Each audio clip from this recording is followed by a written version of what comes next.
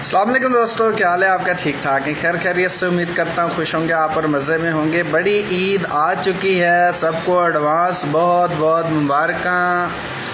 और इसके अलावा ईद आ रही है, ज़ाहिर गोश्त होंगे, चावल, बिरयानी, कौरमे, और इसके खाने के लिए कम से कम मैदा भी तो ताकतवर होना चाहिए ना, सेहत भी अच्छी होनी चाहिए, हज़म करने वाला मैदा भी होना चाहिए।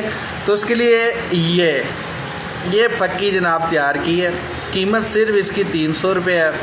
करना क्या है कि जितना मर्ज़ी आप खा लें, उसके खाने के बाद बस आपने इस तरीके से एक चुटकी लेनी है। चुटकी ले गए,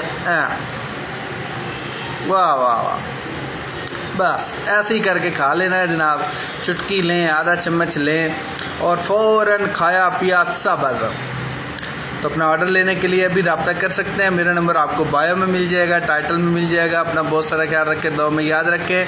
टीम वर्क का हिस्सा बनना मत भूलें। जल्दी से मेरे अकाउंट को फॉलो करें और फॉलो बैक ले लें। अपना बहुत सारा ख्याल रखें। अल्लाह हाफिज़।